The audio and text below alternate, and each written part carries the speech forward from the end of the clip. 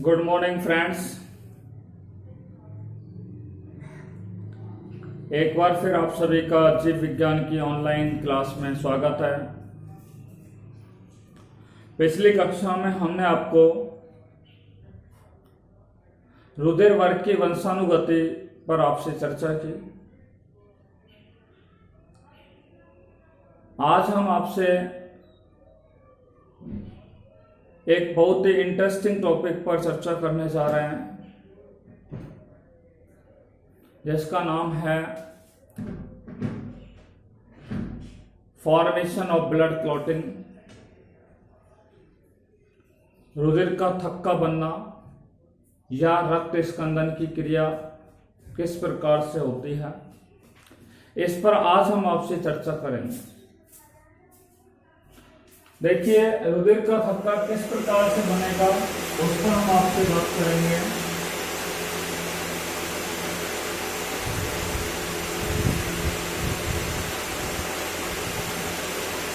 ये चैप्टर बहुत ही बड़ा है।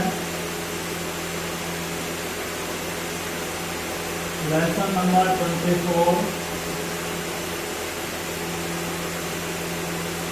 Blood circulatory system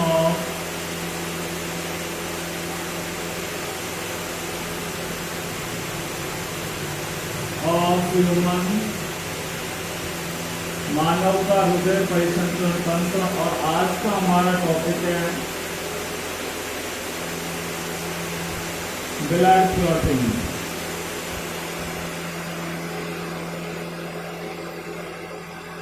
formation of blood clotting या ब्लड कोगुलेशन। ब्लड कोगुलेशन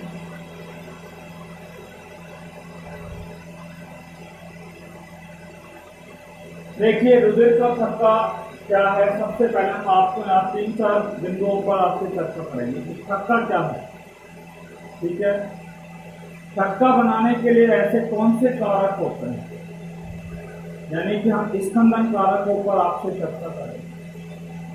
वैसे स्कंदन कारक क्या है, आपको बता दें। स्कंदन के क्या कारण, स्कंदन जो रुधिर का स्कंदन होता है या रुधिर का जो थक्का बनता है, उसके प्रमुख चरणों पर आपसे क्या करेंगे आज हम चर्चा करेंगे। इससे पहले हम आपको बताना चाहते हैं कि रुधिर के थक्के के बारे में हमको सामान्य जानकारी आपको देना चाहते हैं। तो आपको बता दें, रुधिर के थक्के के निर्माण की क्रिया के बारे में सबसे पहले जो अध्ययन किया गया था वो हॉवेल नाम के एक वैज्ञानिक ने किया। रुधिर के थक्के के निर्माण की क्रिया का, रुधिर के थक्के के निर्माण की क्रिया का सर्वप्रथम जो अध्ययन किया गया था उसको हॉवेल नाम के वैज्ञानिक ने। Howell studied about the blood clotting, formation of blood clotting at first, या at first Howell studied about the formation of blood clotting. ठीक है, तो हॉवेल नाम के वैज्ञानिक ने सबसे पहले रुधिर के थक्के के निर्माण की क्रिया का क्या किया था, उन्होंने अध्ययन किया। क्या किया था? अध्ययन किया। और रुधिर के थक्के के निर्माण में मैं आपको बता दूं, जब मनुष्य की चोट लग जाती है तो चोट लगने पर उसके जो क्षतिग्रस्त भाग होता है, वहां पर जो ऊतक होता है, उन ऊतकों से या चोटग्रस्त जो भाग होता है उस चोटग्रस्त भाग से क्या है, रुधिर क्या होता है, प्रवाहित होता है। ठीक है, और रुधिर प्रवाहित होने के बाद मनुष्य में रुधिर का थक्के के निर्माण की क्रिया जो होती है, यानी कि चोट लगने पर और रुधिर के प्रवाह होने के लगभग 2 से 6 मिनट के अंदर, 2 से लेकर के 6 मिनट के अंदर क्या है, रुधिर के थक्के का क्या हो जाता है, निर्माण हो जाता है। अर्थात रुधिर के थक्के के निर्माण में लगभग कितना समय लगता है, 2 से लेकर के 6 मिनट का क्या लगता है, समय लगता है। 2 से लेकर के 6 मिनट का समय रुधिर के थक्के के निर्माण में होता है। तो रुधिर के थक्के के निर्माण में 2 से 6 मिनट का क्या लगता है, समय लगता है। ठीक है, देखिए, हमने आपको भी 2 बातें बताई कि रुधिर के थक्के के निर्माण की क्रिया को सर्वप्रथम जो अध्ययन किया था वो हॉवेल नाम के वैज्ञानिक ने किया। या यूं भी बोल सकते हैं कि होवेल नामक वैज्ञानिक ने रुधिर के थक्के के निर्माण की क्रिया को सबसे पहले क्या किया था, रिप्रेजेंट किया था, अर्थात प्रस्तुत किया। रुधिर के थक्के के निर्माण की क्रिया का सर्वप्रथम होवेल नामक वैज्ञानिक ने क्या किया था, प्रस्तुत किया। और रुधिर के थक्के का निर्माण जो होता है वो लगभग 2 से लेकर के 6 मिनट में हो जाता है। कितने मिनट में हो जाता है? 2 से लेकर के 6 मिनट में हो जाता है। अब आपको बताते हैं थक्का क्या है, ठीक है। थक्का किसे कहते हैं? सबसे पहले ही बात आती है थक्का। इंग्लिश में थक्के को क्या बोलते हैं? क्लॉट के नाम से उसे क्या है, जाना जाता है। किस नाम से जाना जाता है? क्लॉट के नाम से उसे क्या है, जाना जाता है। देखिए क्लॉट क्या है, उस पर हम आपसे बात कर रहे हैं। जब हमारे क्या लग जाती है, चोट लग जाती है। जब हमारे क्या लग जाती है, चोट लग जाती है, या हम किसी कारण से दुर्घटनाग्रस्त हो जाते हैं, तो हमारे जब चोट लग जाती है तो हमारे शरीर के अंदर जो रुधिर वाहिकाएं होती हैं, ठीक है, उन रुधिर वाहिकाओं से रुधिर क्या होता है, बाहर आता है।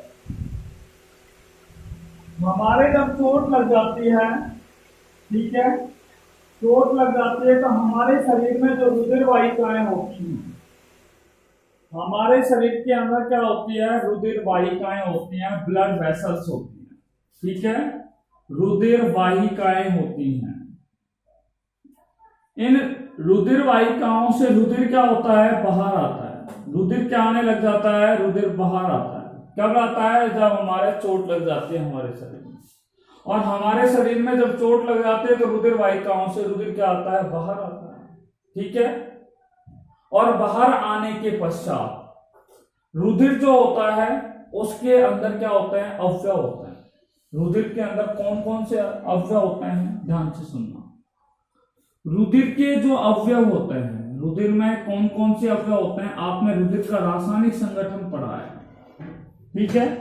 रुधिर में प्लाज्मा भी होता है, रुधिर में ब्लड कार्पल्स भी होती है, ठीक है। आपको मैंने बताया कि इस प्लाज्मा के अंदर क्या पाया जाता है, प्लाज्मा प्रोटीन पाई जाती है, ठीक है। आपको बताया ब्लड कार्पस 3 प्रकार की होती है, आरबीसी, डब्ल्यूबीसी और थ्रोम्बोसाइट, या उन्हें प्लेटलेट्स के नाम से जानते हैं। ये प्लेटलेट्स भी क्या काम करते हैं, मैंने आपको बोला था कि प्लेटलेट्स भी मानव में रुधिर के थक्के के निर्माण की क्रिया को क्या करते हैं, प्रारंभ करने में क्या होती है, सहायक होती है। तो यहाँ पर क्या है कि रुधिर के क्या होते हैं, अवयव होते हैं।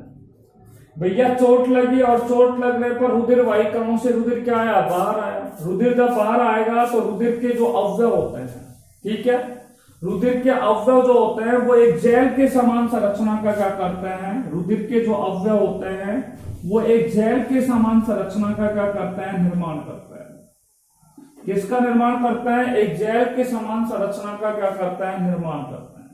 या हम कह सकते हैं कि रुधिर के अवयव जो होते हैं वो एक जेल के समान संरचना में क्या हो जाते हैं, परिवर्तित हो जाते हैं। तो जेल के समान संरचना में परिवर्तित हो जाते हैं, उसे क्या कहते हैं, थक्का कहते हैं। आपसे पूछा जाए कि थक्का किसे कहते हैं, क्लॉट किसे कहते हैं, तो जब मनुष्य के चोट लग जाती है तो उसके शरीर में उपस्थित रुधिर वाहिकाओं से रुधिर बाहर आता है, और रुधिर में उपस्थित जो अवयव होते हैं उन अवयवों के द्वारा जेल के समान संरचना, रुधिर के जो अवयव होते हैं उन रुधिर के अवयव एक जेल के समान संरचना में क्या हो जाते हैं, परिवर्तित हो जाते हैं।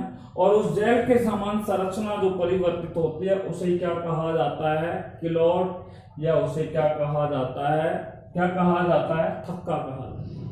तो थक्के की परिभाषा क्या हुई, जब मनुष्य की चोट लग जाती है तो रुधिर वाहिकाओं से रुधिर बाहर आता है तथा रुधिर के अवयव एक जेल के समान संरचना में परिवर्तित हो जाते हैं, जिसे रुधिर का थक्का कहते हैं, या उसे क्या कहते हैं, थक्का कहते हैं।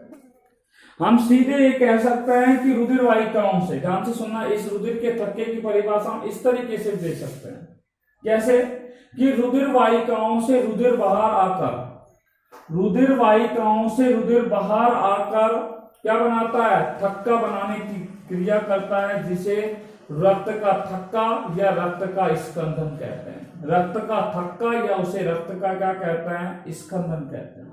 अर्थात जब मनुष्य के चोट लग जाती है तो रुधिर वाहिकाओं से रुधिर बाहर आता है, ठीक है।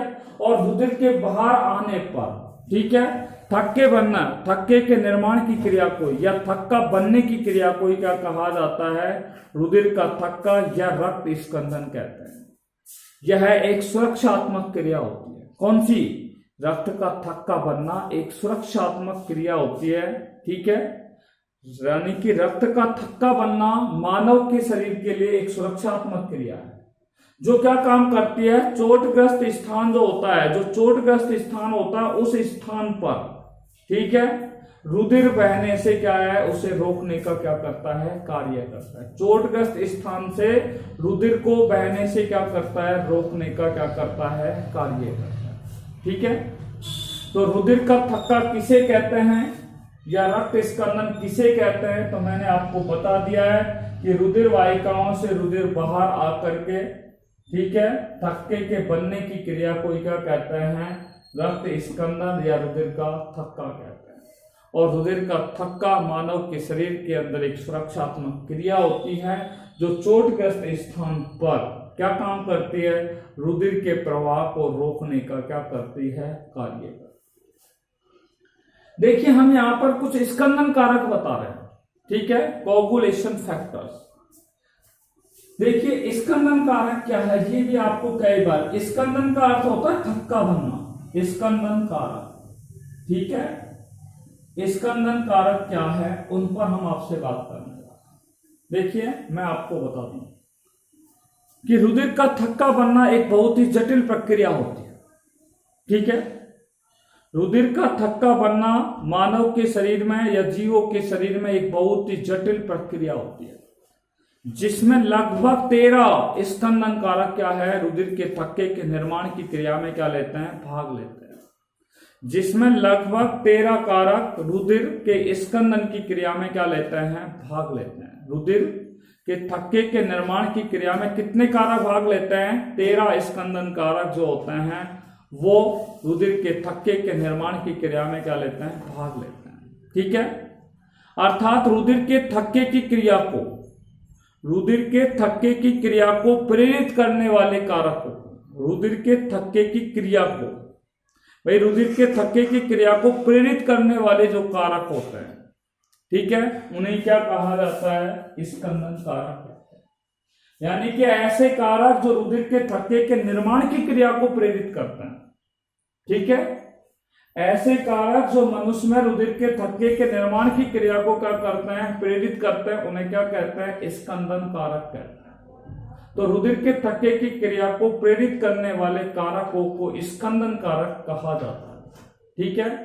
और मैं आपको बता चुका हूं कि स्कंदन जो कारक होते हैं, ठीक है, कोगुलेशन फैक्टर बोलते हैं। और कोगुलेशन फैक्टर जो होते हैं उनकी संख्या कितनी होती है? 13 होती है। स्कंदन कारकों की संख्या कितनी होती है? 13 होती है। देखिए, आपके सिलेबस में ये 13 नाम ही लिखे हैं, नाम नहीं दिए हुए हैं। 13 स्कंदन कारक ही लिखा हुआ है, उनका नाम आपकी बुकों में नहीं है।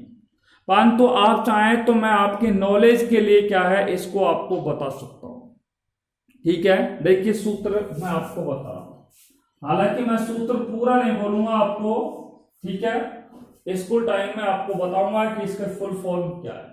फिलहाल आप इस तरीके से याद रखना, F², ठीक है, PTC, F² PTC, ठीक है, F² PTC पाप AC और SPH। कौन सा है? SPH, ध्यान रह जाएगा। देखो भैया, इसके बारे में बात कर रहा है। देखो, सबसे पहले F² के बारे में बात कर रहा है। इस F² के दो नाम है, ये पहला कारक भी है और 13वां कारक भी, यानी कि दो कारक मैं आपको नाम बता रहा हूं, पहले कारक का और 13वें कारक का। F का अर्थ होता है फाइब्रिनोजन। कौन सा है? फाइब्रिनोजन, फाइब्रिनोजन, फाइब्रिनोजन, ये फर्स्ट कारक का नाम, ठीक है। और दूसरा जो कारक होता है उसका नाम है फाइब्रिन स्थायी कारक, फाइब्रिन स्थायी कारी कारक, फाइब्रिनोजन पहला कारक हो गया है, दूसरे कारक का नाम है फाइब्रिनोजन, स्थायी कार्य कारक के नाम से उसे क्या है जाना जाता है। ठीक है, ये दूसरा कारक है। पी का अर्थ होता है प्रोथ्रोम्बिन। प्रोथ्रोम्बिन क्या नाम हो गया भैया? प्रोथ्रोम्बिन। याद रह जाएगा, प्रोथ्रोम्बिन के नाम से जाना जाएगा दूसरे कारक। ये दूसरा कारक हो गया। तीसरा जो कारक है उसका नाम देखिए, टी लिख रहा है तो यहीं से नाम लिखेंगे थ्रोम्बोप्लास्टिन। क्या बोलेंगे? थ्रोम्बोप्लास्टिन। थ्रोम्बोप्लास्टिन ये कौन सा कारक हो गया? तीसरा कारक हो गया थ्रोम्बोप्लास्टिन। चौथा कारक आपको यहाँ पे सी दे रखा है। सी का अर्थ यहाँ पे क्या हो गया? Calcium, Ca+2। ये कौन सा कारक हो गया है? हमारा चौथा कारक हो गया है। कौन सा कारक हो गया है? चौथा कारक हो गया है। देखिए पाप एसी, पाप एसी के बारे में बात कर रहे हैं। पीएपी, पीएपी ये पांचवा कारक हो गया, ये छठा हो गया और ये कौन सा हो गया? सातवां हो गया। ठीक है, पी का अर्थ हो गया प्रो एक्सिलरिन। प्रो एक्सिलरिन। ठीक है, और यहां से प्रो को हटा दीजिए तो एक से छठा कौन सा कारक हो गया? एक्सिलरिन। एक्सिलरिन कौन सा हो गया? एक्सिलरिन कारक के नाम से इसे जाना जाता है। तीसरा इसका नाम सुन लीजिए, pro convertin. Pro convertin, pro convertin ये सातवां कारक है। सातवें कारक का नाम क्या हो गया? Pro convertin. याद रह जाएगा। देखिए आठवां जो कारक है जो यहां पे लिखा है हमने एसी के रूप में, देखो ए और सी। ए का अर्थ हो गया आठवां और ए सी का नवा कारक। ये आठवां स्कंदन कारक हो गया, ये नवा स्कंदन कारक हो गया। ए का अर्थ होता है antihaemophilic. Antihaemophilic globulin. Anti haemophilic globulin. Anti haemophilic globulin के नाम से इसे क्या है जाना जाता है। ठीक है, देखिए नंबर यानी कि नवा जो कारक है, 9th जो कारक है उसका नाम होता है, ध्यान से सुनना, क्रिसमस। क्या है? क्रिसमस। ये क्रिसमस कारक होता है नवा कारक। ठीक है, लास्ट आप देखिए ये है SPF। SPF ये 10वां हो गया, ये 11वां हो गया और ये 12वां हो गया और ये कौन सा रहा? आपका 13वां फाइब्रिन स्थायी कार्य कारक। ठीक है, तो अब आपसे सबसे पहले 10वें कारक के बारे में बात करते हैं। इसको बोलते हैं स्टुअर्ट फैक्टर। स्टुअर्ट फैक्टर के नाम से इसे जाना जाता है। ये 10वां कारक है स्टुअर्ट का। ठीक है, 11वां जो होता है जिसका नाम है प्लाज्मा थ्रोम्बोप्लास्टिन। प्लाज्मा थ्रोम्बोप्लास्टिन के नाम से इसे जाना जाता है। Plasma thromboplastin. ठीक है, और 12वें का नाम है Hageman factor. F4 Hageman factor के नाम से इसे जाना जाता है। तो हम आपको बता रहे थे स्कंदन कारक। स्कंदन कारक किसे कहते हैं? ऐसे कारक जो रुधिर के थक्के के निर्माण की क्रिया को क्या करते हैं? प्रेरित करते हैं। Such factor which motivate the blood clotting reaction that is known as coagulation factor। ऐसे कारक जो रक्त के निर्माण, रक्त के थक्के के निर्माण की क्रिया को क्या करते हैं? प्रेरित करते हैं। ऐसे कारक जो रक्त के थक्के के निर्माण की क्रिया को प्रेरित करते हैं उन्हें स्कंदन कारक है। और मैंने आपको पहले बताया कि मानव के अंदर रुधिर के थक्के के निर्माण में 2 से 6 मिनट का समय लगता है, जिसमें 13 स्कंदन जो कारक होते हैं वो रक्त के थक्के के निर्माण की क्रिया में क्या लेते हैं? भाग लेते हैं। और ये 13 स्कंदन कारकों का नाम मैंने आपको सूत्र के जरिए बताया, F² TTC पाप AC। ठीक है, SPF ये मैं आपको बता चुका हूं। पहला मैंने आपको बताया, पहला स्कंदन कारक का नाम है फाइब्रिन, फाइब्रिनोजन। 13वें का नाम मैंने बताया फाइब्रिन, ठीक है। फाइब्रिन स्थायी कारक कारक, पी का अर्थ होता है प्रोथ्रोम्बिन। तो तीसरे कारक का नाम है थ्रोम्बोप्लास्टिन। चौथे कारक का नाम है कैल्शियम आयन। पांचवें का नाम है प्रोएक्सिलरिन। छठे का नाम है एक्सिलरिन। सातवें का नाम है प्रो कन्वर्टिन। आठवें का नाम है एंटी हीमोफिलिक ग्लोबुलिन। नवे का नाम है क्रिसमस कारक। 10वें का नाम है स्टुअर्ट फैक्टर। 11वें का नाम है प्लाज्मा थ्रोम्बोप्लास्टिन और 12वें का नाम है हैगमैन फैक्टर और 13वें का नाम है, आपको पहले ही बता चुका हूं, जिसका नाम है फाइब्रिन स्थायी कारक कारक। कौन से कारक? फाइब्रिन स्थायी कारक कारक। तो ये 13 स्कंदन कारक होते हैं जो मनुष्य में रुधिर के थक्के के निर्माण की क्रिया को प्रेरित करते हैं, उन्हें ही स्कंदन कारक कहते हैं, ठीक है। अब हम बात करते हैं, ये तो स्कंदन कारक है, अब हम बात करते हैं प्रति स्कंदन कारकों के बारे में, जिसके बारे में प्रति स्कंदन कारक क्या है।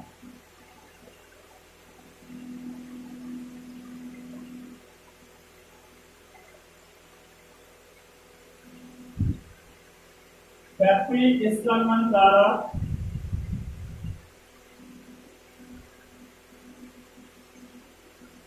Anti coagulation factor, anti coagulation factor, ठीक है।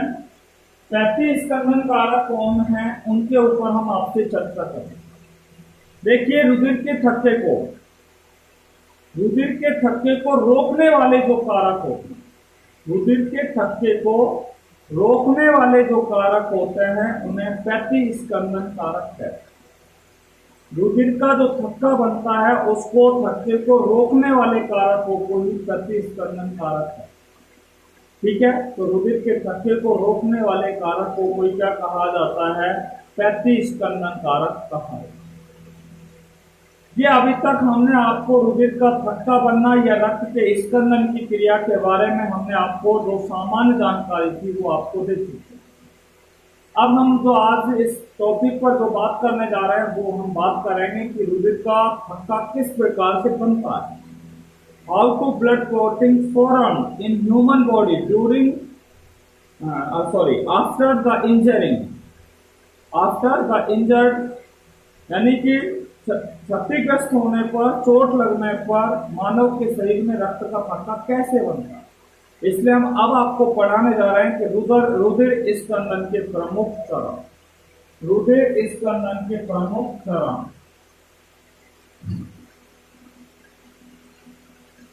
रुधिर स्कंदन के प्रमुख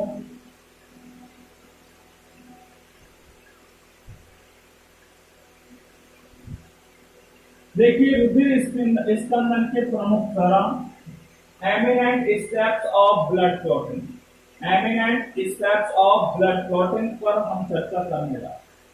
आपको बता दें, रुधिर स्कंदन की जो सामान्य क्रिया होती है, रुधिर स्कंदन की जो सामान्य क्रिया होती है वो 3 चरणों में क्या होती है? पूर्ण होती है।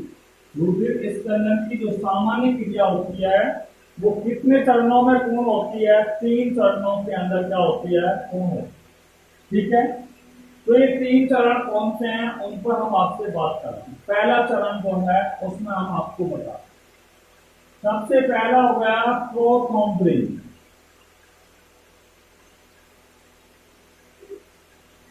प्रोथ्रोम्बिन सक्रियकों का निर्माण। किसका निर्माण? प्रोथ्रोम्बिन सक्रियकों का निर्माण। प्रोथ्रोम्बिन सक्रियकों का निर्माण, ठीक है। Formation of prothrombin activator, prothrombin activator,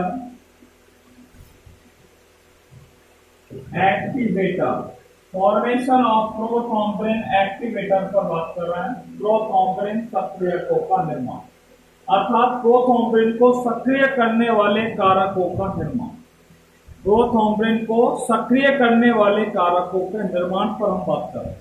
ठीक है कि भाई प्रोथ्रोम्बिन सक्रियकों का निर्माण किस तरीके से होता है। दूसरा है प्रोथ्रोम्बिन का थ्रोम्बिन में परिवर्तन। दूसरा चरण है प्रोथ्रोम्बिन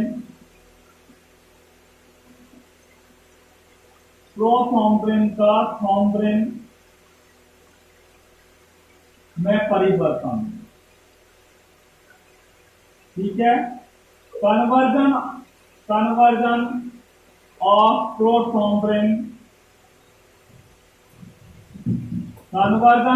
प्रोथ्रोम्बिन इनटू थ्रोम्बिन।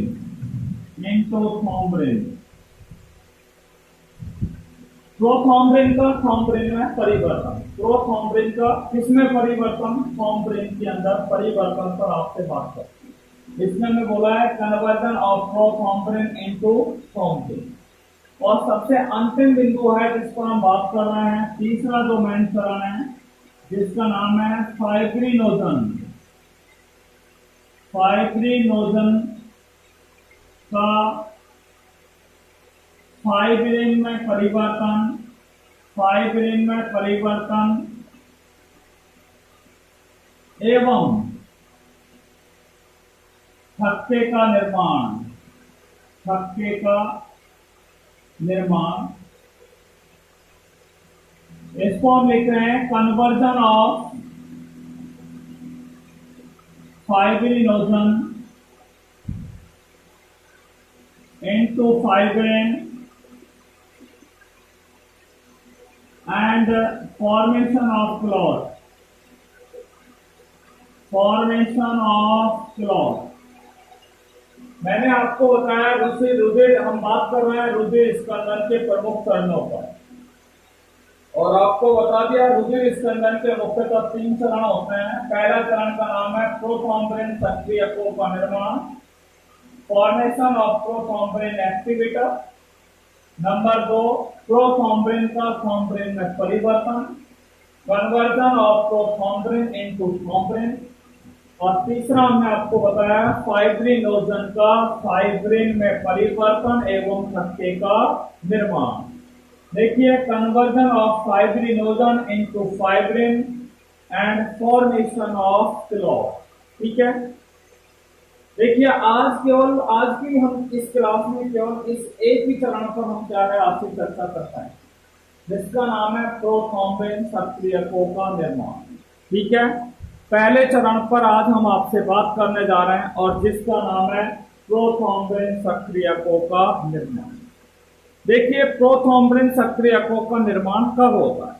देखिए, जब हमारे चोट लग जाती है, यानी कि जब मनुष्य की क्या लग जाती है? चोट लग जाती है। ठीक है, जब कोई मनुष्य दुर्घटनाग्रस्त हो जाता है, ठीक है, या किसी भी कारण से उसकी क्या लग जाती है? चोट लग जाती है, उसका शरीर क्या हो जाता है? क्षतिग्रस्त हो जाता है। ठीक है, तो क्षतिग्रस्त होता है तो मैंने आपको बताया चोटग्रस्त जो स्थान होगा, उस चोटग्रस्त स्थान से चोट लगने पर जो चोटग्रस्त स्थान होगा उस मनुष्य के अंदर, मनुष्य के चोटग्रस्त जो स्थान होगा वहां पर उपस्थित जो रुधिर वाहिकाएं होंगी, ठीक है, उन रुधिर वाहिकाओं से क्या आता है? रुधिर बाहर निकलने लगता है, यानी कि रुधिर का प्रवाह प्रारंभ हो जाता है। ठीक है, वहां से रुधिर क्या है? प्रवाहित होने लग जाता है, अर्थात रुधिर क्या होता है? उसके शरीर से बाहर निकलने लगता है।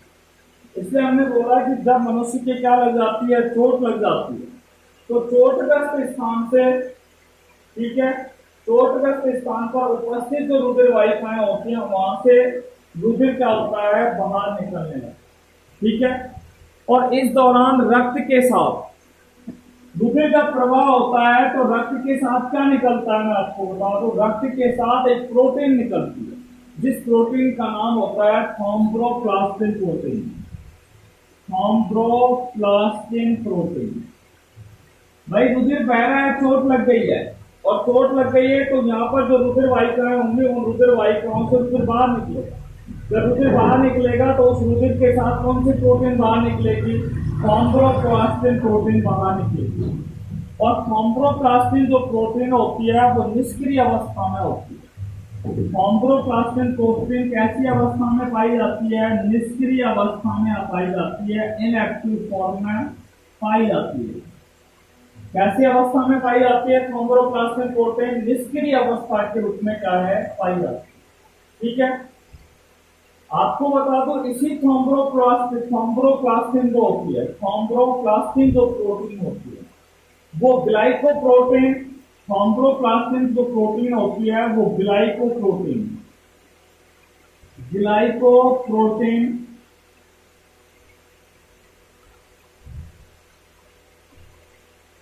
ग्लाइकोप्रोटीन और फास्फोलिपिड से मिलकर के क्या होती है? बनी होती है।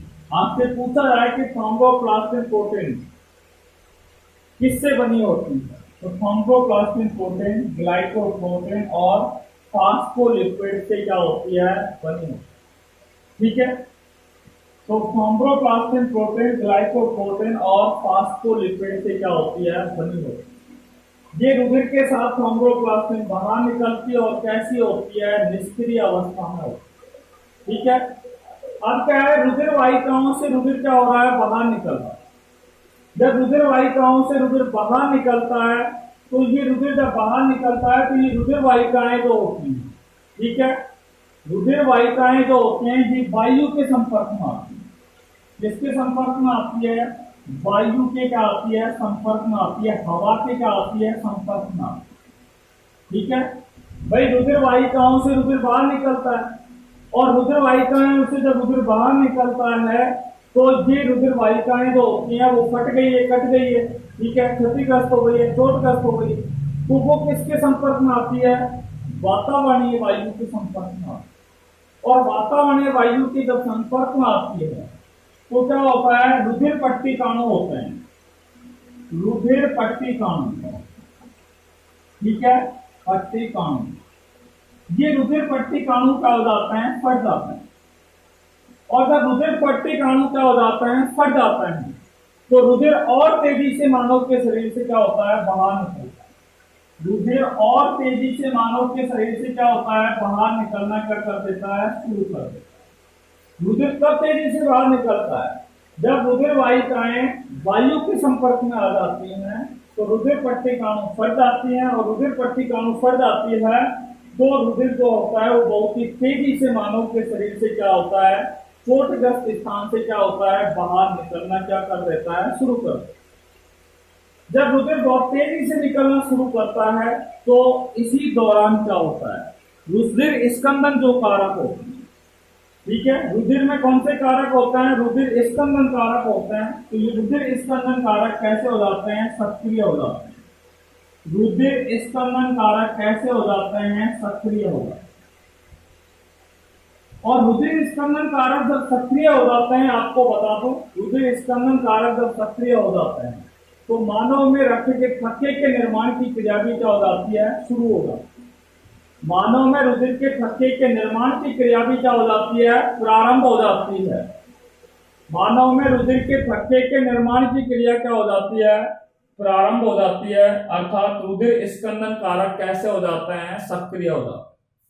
तो रुधिर स्कंदन कारक सक्रिय होने पर, रुधिर स्कंदन कारक सक्रिय होने पर, रुधिर स्कंदन कारक सक्रिय होने पर मानव के शरीर के अंदर, मैंने आपको बता दिया है, रुधिर स्कंदन कारक सक्रिय होने पर स्कंदन की क्रिया या रुधिर के थक्के के निर्माण की क्रिया क्या हो जाती है? प्रारंभ हो जाती है। रुधिर के थक्के के निर्माण की क्रिया, ब्लड क्लॉटिंग की क्रिया क्या हो जाती है? स्टार्ट हो जाती है। ठीक है, ब्लड क्लॉटिंग की क्रिया क्या हो जाती है? स्टार्ट हो जाती है। रुधिर के थक्के के निर्माण की क्रिया क्या हो जाती है? प्रारंभ हो जाती है। अब आपको बता दूं, ये थ्रोम्बोप्लास्टिन जो निष्क्रिय अवस्था में होती है, ठीक है, ये निष्क्रिय अवस्था में ये क्या है? धीरे धीरे सक्रिय होती है। और यही थ्रोम्बोप्लास्टिन क्या है? स्कंदन कारक 7वां और 10वें कारक, ठीक है, ये सक्रिय किसके कारण होती है? यानी कि 7वां और 10वें कारक को भी क्या बना देता है? सक्रिय बना देता है। तो ये है थ्रोम्बोप्लास्टिन, 7वां और 10वां, 7वां कारक ठीक है, 7वां स्कंदन कारक और 10वां जो स्कंदन कारक होता है। थ्रोम्बोप्लास्टिन 7वें और 10वें स्कंदन कारकों को क्या बना देता है, सक्रिय बना देता है। 7वां स्कंदन कारक मैंने अभी आपको नाम बताया था जिसका नाम था प्रोकन्वर्टिन, और 10वां स्कंदन कारक का नाम मैंने आपको बताया अभी थोड़ी देर पहले, स्टुअर्ट कारक, स्टुअर्ट कारक। तो 7वां यानी कि कौन सा कारक हो गया, प्रोकन्वर्टिन कारक, ठीक है। और 10वें कारक का नाम मैंने आपको बता दिया अभी, स्टुअर्ट कारक, स्टुअर्ट कारक। तो थ्रोम्बोप्लास्टिन जो होती है वो 7वें और 10वें कारकों को क्या बना देती है, सक्रिय बना देती है। जब 7वां और 10वां कारक क्या हो जाता है, सक्रिय हो जाता है, तो ये 7वां और 10वां कारक क्या काम करता है, चौथे कारक से, चौथा कारक का नाम है आपको बता दूं कैल्शियम। ये कैल्शियम आयनों से क्या करती है, क्रिया करती है। 7वां और 10वां कारक किससे क्रिया करते हैं, किससे संयोग करते हैं, कैल्शियम से क्या करते हैं, क्रिया करते हैं, ठीक है। 7वां और 10वां कारक जो होते हैं वो कैल्शियम से क्या करते हैं, संयोग करते हैं, और संयोग करने पर प्रोथ्रोम्बिन सक्रियकों का क्या हो जाता है, निर्माण हो जाता है। किसका निर्माण हो जाता है, प्रोथ्रोम्बिन सक्रियकों का क्या हो जाता है, निर्माण हो जाता है। प्रोथ्रोम्बिन सक्रियकों का निर्माण हो जाता है। और यही हमने आपको बताया कि रुधिर स्कंदन के प्रमुख चरण में पहला चरण जो बोला वो बोला था कि प्रोथ्रोम्बिन सक्रियकों का निर्माण। और पहला निर्माण में हमने आपको बात कर ली है कि जब मनुष्य के चोट लग जाती है तो चोट लगने पर चोटग्रस्त स्थान से पर उपस्थित जो रुधिर वाहिकाएं होती हैं उनसे रुधिर का क्या होता है, प्रवाह होता है। रुधिर का जब प्रवाह होता है तो रुधिर के प्रवाह के दौरान रुधिर में से थ्रोम्बोप्लास्टिन जो होती है निष्क्रिय अवस्था में, वो क्या है, मानव के शरीर से क्या होता है, रक्त के साथ साथ ये थ्रोम्बोप्लास्टिन प्रोटीन बाहर निकल जाती है। थ्रोम्बोप्लास्टिन प्रोटीन होती है वो ग्लाइकोप्रोटीन और फास्फोलिपिड से मिलकर के क्या होती है, बनी होती है। मैंने आपको बताया कि जब रुधिर वाहिकाएं से रुधिर बाहर निकल रहा होता है उसी दौरान ये चोटग्रस्त रुधिर वाहिकाओं जो होती हैं वो बाह्य वातावरण की वायु से क्या है, संपर्क में आती है। अर्थात रुधिर वाहिकाएं जो होते हैं वो वायु के संपर्क में आती है, और रुधिर वाहिकाएं जब वायु के संपर्क में आती है तो रुधिर पट्टिकाणु क्या हो जाती हैं, फट जाती हैं। रुधिर पट्टिकाणु जब फट जाती हैं तो रुधिर बहुत तेजी से मानव के शरीर से बाहर निकलना शुरू कर देता है। रुधिर जब तेजी से बाहर निकलना शुरू कर देता है तो इसी दौरान रुधिर स्कंदन कारक जो मनुष्य के रक्त में पाए जाते हैं वो सक्रिय हो जाते हैं, और रुधिर के थक्के के निर्माण की क्रिया क्या हो जाती है, प्रारंभ हो जाती है। रुधिर के थक्के के निर्माण की क्रिया क्या हो जाती है, प्रारंभ हो जाती है। ये थ्रोम्बोप्लास्टिन जो प्रोटीन होती है वो 7वें और 10वें कारक को क्या बना देती है, सक्रिय बना देती है। 7वें कारक का नाम है प्रोकन्वर्टिन कारक और 10वें कारक का नाम है स्टुअर्ट कारक। इन दोनों 7वां और 10वें कारकों को थ्रोम्बोप्लास्टिन क्या कर देती है, सक्रिय अवस्था में लाने का कार्य करती है। और 7वां और 10वां जो कारक होता है वो चौथे कारक से, चौथा कारक का नाम मैंने आपको बताया कैल्शियम आयन। ये कैल्शियम आयनों से क्या है, क्रिया करते हैं। कौन, 7वां 10वां कारक जो होते हैं वो कैल्शियम आयनों से क्रिया करते हैं, और क्रिया करने के फलस्वरूप प्रोथ्रोम्बिन सक्रियकों का क्या हो जाता है, निर्माण होता है। ठीक है, आज हमने केवल एक ही चरण पर आपसे बात की है। रुधिर स्कंदन का पहला चरण था जिसका नाम है प्रोथ्रोम्बिन सक्रियकों का निर्माण। इसके बाद हम बात करेंगे प्रोथ्रोम्बिन का थ्रोम्बिन में परिवर्तन, conversion of prothrombin into thrombin. ठीक है, इस दूसरा और तीसरा जो चरण है इसके बारे में हम नेक्स्ट वीडियो में आपसे इसके ऊपर क्या करेंगे, चर्चा करेंगे। Till then take care, bye corona, be safe. ठीक है, at your home and studied well all the videos, and if you have any problem you will contact me. ठीक है, till then take care, thank you very much.